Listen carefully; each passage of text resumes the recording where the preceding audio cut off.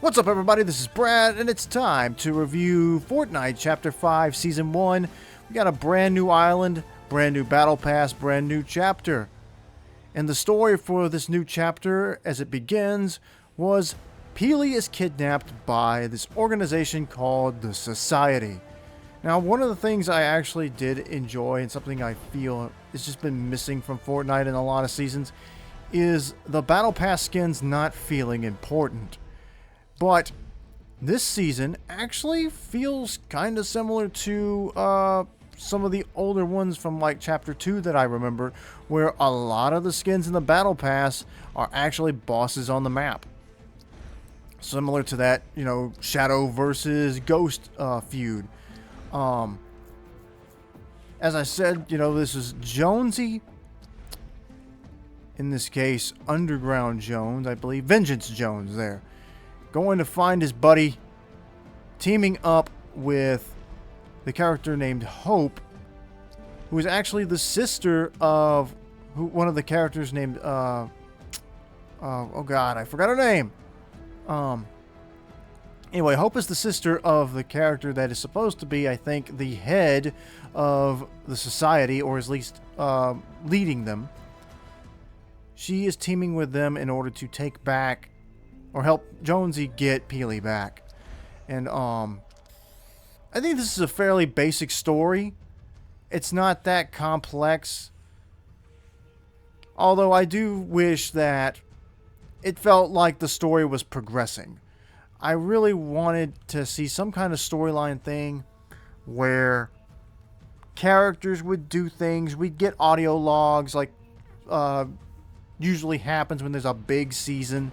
But we didn't get that this time. And I don't know if that's possibly a cost-cutting thing. Because I noticed a while back in like Chapter 4, Season 4, we didn't get any audio there. No audio logs for that. We did get a few during the OG season, but there were no audio logs this season. At least most of the characters in the Battle Pass do serve as bosses. Here, Oscar, the big tiger guy. That's Jonesy again. Nisha was a boss on the island. Montague was a boss on the island. Peter Griffin was a boss on the island. I'll talk about Peter here in a minute. Valeria, that was her name.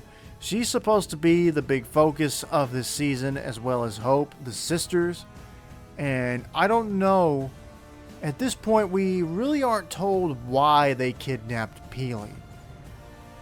I assumed that the reason they kidnapped Peely is because they were interested in Jonesy, and that they were going to use Peely as bait to get Jonesy to come out and test his skill or something and see what they could use, you know, in an attempt to utilize him in some way.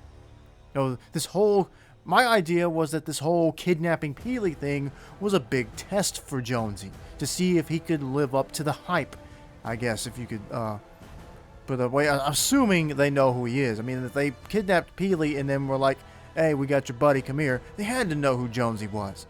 Now, so far, no storyline bit there. The only thing we got in terms of storyline is, let me find the locker. The only storyline thing we have to go off of, not that, is this one loading screen here.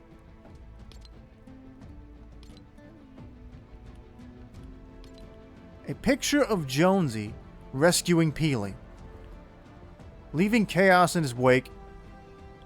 That looks like Nisha's area. I think that's, yeah, there's another loading screen that shows Nisha sort of guarding Peely. Here it is. So I guess we can assume she was holding him hostage here, but it looks more like he's just having a good time. He's surrounded by armed guards, and he's just ready to party. Nisha's had enough. I mean, it would be funny if that was why she'd like, if she were to like defect from the society. I think that would be funny. Like, this banana's too much for me. I'm out of here. So that's kind of funny. The thing is, it's a simple story. we didn't really get any progression at all until we get this thing suggesting that Jonesy's mission was successful. He has rescued Peely. Now the question is, what happens to them now? Where will Peely and Jonesy end up now that he's rescued them? I said before that this whole new chapter and the way they presented all the new Fortnite modes like Lego Fortnite and Rocket Racing and the Fortnite Festival, it all felt like a big reset for the game, as like they wanted a clean start, which was why we reenacted the Big Bang and everything like that. But there's clearly a connection here between Jonesy and Peely. If anything, these two are the main faces of the game, so I don't think we'll never see them again. But I'm hoping that with the reveal that and the big teases going on now, that the next season, season 2, is going to be themed around like Greek gods, I think. So you'll likely see characters like Zeus and Hermes and Hades, and I know they've been doing this whole mosaic or whatever. God, I can't believe I butchered that word. Teasing the arrival of some kind of Cerberus skin. So who knows what this is going to be. Except it's not going to be like literal deities at this point, but it's probably going to be more like you would expect, like a sort of spy-like design, more modern. A more modern look for these deities from whatever reality they are coming in from. You know, and of course the question, why were they hidden on this island? What were they doing there? Will Valeria and Hope stick around? Somebody pointed out, I was looking around on Twitter, and somebody pointed out that when Pandora's box is opened, the only thing left is Hope. And with Hope being a major character, you know, with a Battle Pass skin, and her tied to the character being her sister, who was looking for this Pandora's box to open, and set all these, I'm assuming Valeria has set these deities free. Either that, or she just knew this was coming, and this is what she was looking for. Perhaps she was trying to stop it from unleashing these powerful beings onto the island. So maybe the society was actually trying to stop this threat. Maybe it will interfere with their work. Maybe they're not necessarily good guys, but these deities are too much for even them. Sort of like how we teamed up with the IO in Chapter 2, Season 7 to fight off the Last Reality's invasion.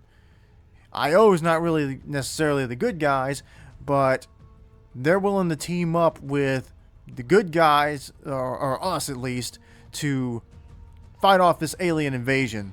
So, like I said, I like the idea of dueling factions. I like the idea of having all these different groups that have different goals. Like, what are the deities doing here? Are they all aligned together? Will there be a deity? Will this be some kind of, like, pantheon versus the society? I want to see these groups, like, I want to see more groups, or at least a group, stay.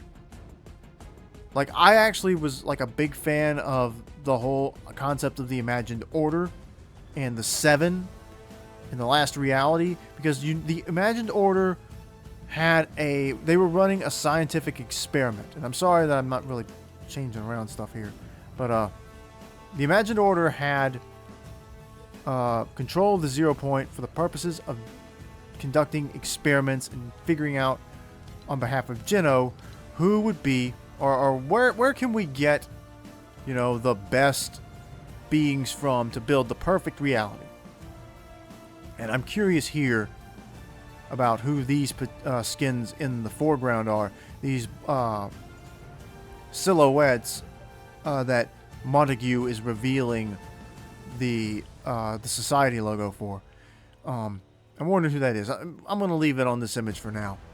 Because like I said, I would love for the Society to kind of become the new Imagined Order if we don't ever get the return of the Imagined Order. But I don't want to spend too much time hoping that we will see, you know, Geno come back, the Seven come back. It feels like Fortnite they'll bring up a plot point, make it seem like it's something really important, and then the next season has nothing to do with that plot point, and they just move on. Remember, I hate bringing this up every time, but Midas was confirmed to, at least at the time, to still be alive at the end of Chapter 2. We're in Chapter 5 now. We've gone through 2 entire chapters with no Midas. So, I'm not going to get my hopes up that Midas will return in the next season. I've seen people say that there's a chance he could, because Midas does tie into the whole deity idea. And so maybe a new version of Midas shows up. But it did look like there were a lot of hints to Midas. The Marigold little yacht came back.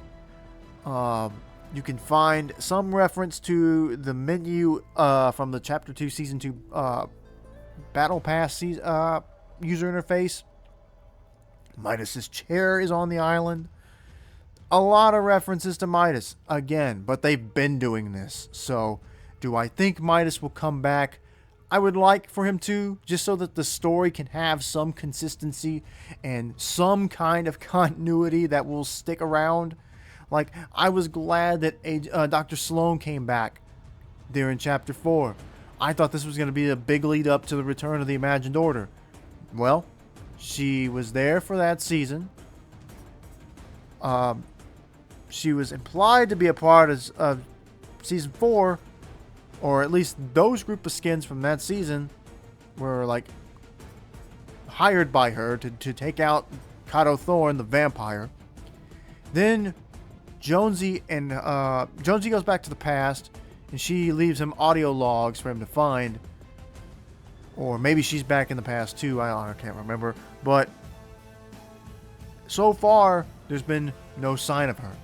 I know that there was a society monitor in the game on some computer you can find that shows, I think, 3 individuals that the society is keeping tabs on.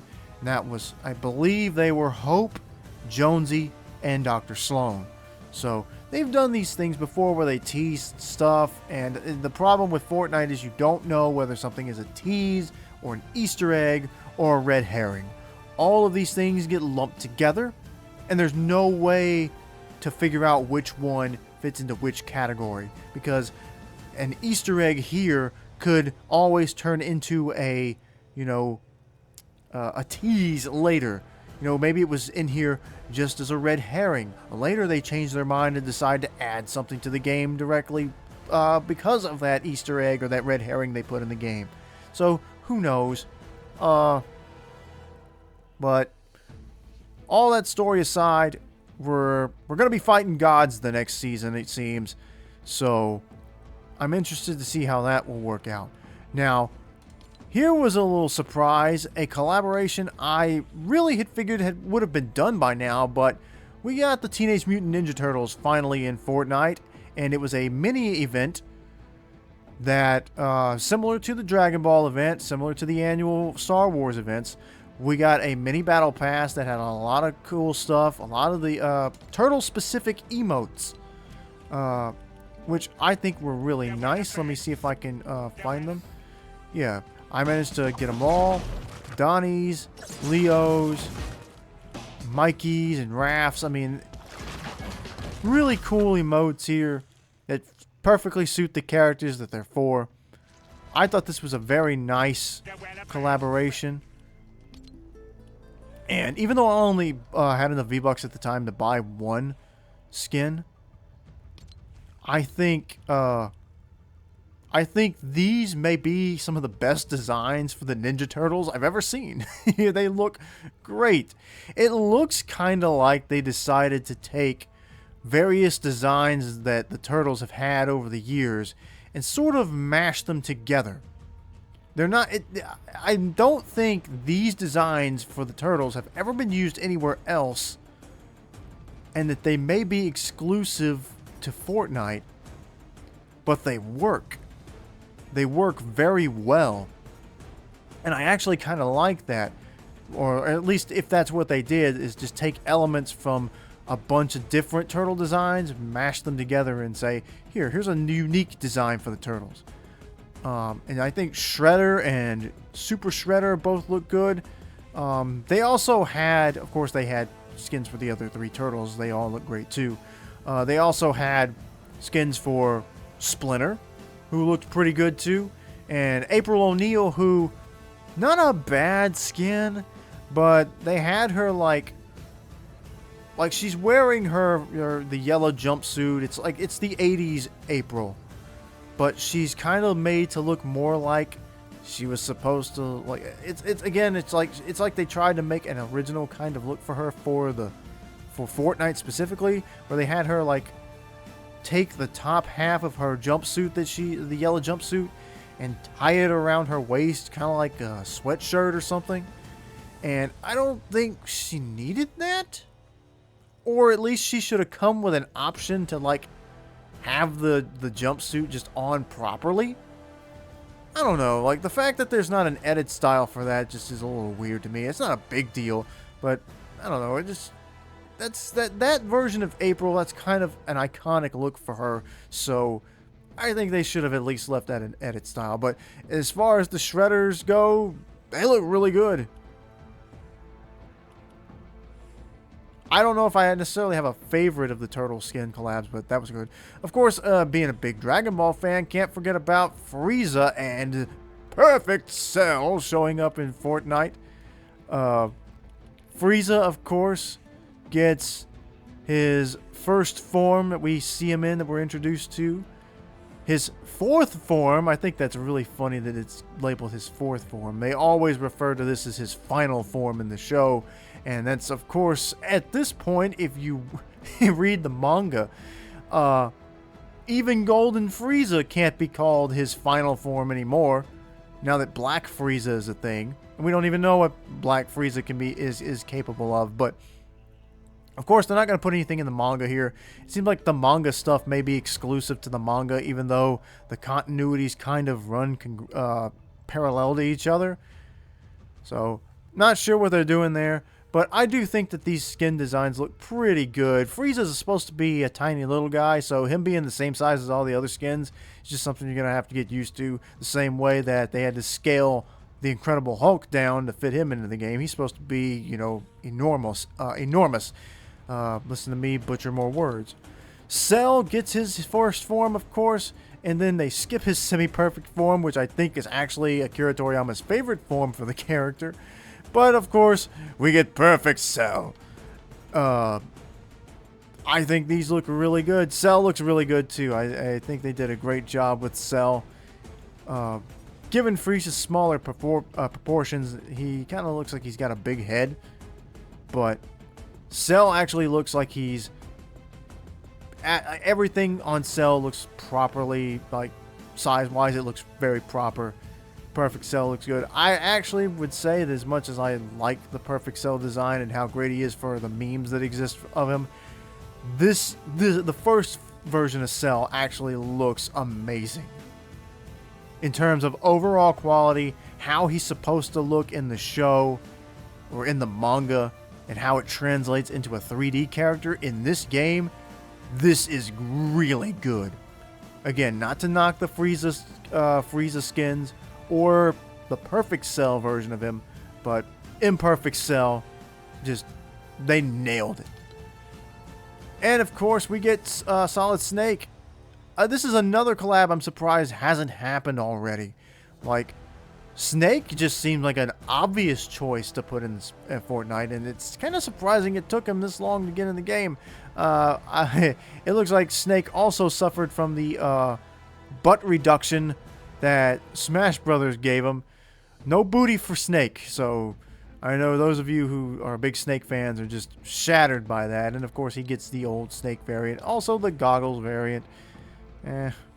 I've never played Metal Gear Solid, don't beat me up over that, but I think he looks good. I made a point in my Snake 5 minutes of Fortnite video. This is the second playable character from Super Smash Brothers to make it into Fortnite. Ryu, of course, from Street Fighter was the first, and technically Guile was an assist trophy. Not playable, so that doesn't really count, you know, but it's a nice little, you know, nice little cameo, I guess you want to call it that. I don't know how you word that. Anyway, There's Snake. And the funniest thing they've done so far, Peter Griffin actually made it into Fortnite.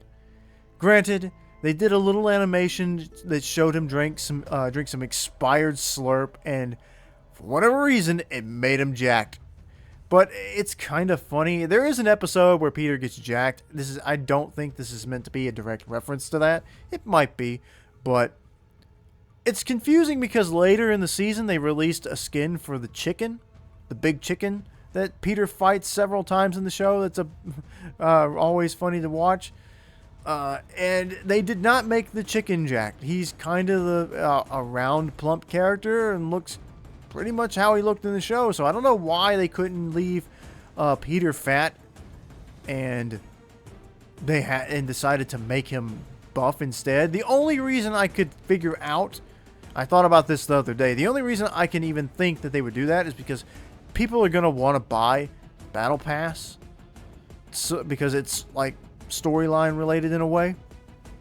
And if you buy the Battle Pass and it has a fat character in it, and that makes it a little bit easier to shoot, especially if they were to go in and tweak the thing, which they didn't do that for the chicken, so they could have put Fat Peter in here. But I'm guessing they were thinking it would be like a pay-to-lose kind of situation where a Fat Peter skin would be easier to see from a distance, and therefore, even though I guess the hitboxes wouldn't change, I don't know. So maybe one day they'll issue a new Peter Griffin skin. We know that there's like multiple versions of Batman and Spider-Man in the game. That's not to count all the different variants of the Fortnite original characters. So there's always a chance Fat Peter will eventually make it into the game. I guess we'll just have to wait and see. But I'm glad they added him. They teased him forever ago, which was actually not a tease again. It was a troll. It was a red herring. They put those Family Guy files in the game specifically to troll people, to troll the data miners, and I guess they just thought, you know what, it's actually so popular, people really want this, let's make it happen. And credit to Seth MacFarlane for being willing to, I guess, sign off on it and be like, yeah. Of course, as we know, when you kill Boss Peter on the map, he does the knee meme where he grabs his knee and just goes, ah. So that's really fun. That's a unique kill. Nobody else is going to ever have that. I think Darth Vader, when he's a boss in the game, he has a unique kill animation. So Peter joining Darth Vader and the only two characters in the game to have unique death animations. Congratulations, Peter. But yeah, I think that's all I really have to say. I can't think of anything else to add to this other than I would give this a thumbs up season. Not the best. The loot pool actually I think is good. The hook claw, I don't remember what it's actually called. The little grappling claw item that's new this season, I really like it. The Teenage Mutant Ninja Turtles mythics that were added during that crossover event, they were pretty good. They didn't pack as much as a wallop as I expected them to, but they were fun to use. Otherwise, I think, yeah, some good stuff. The business turret came back. I always love having that. But yeah, I think this was a good season. It didn't blow me away, and I'm wondering like what will happen to the Society's train. There was like a giant train track put on the map so that you can ride the train, and the Society's logo is on the train, which suggests they control it. So my hope is that the Society will stick around for this next season.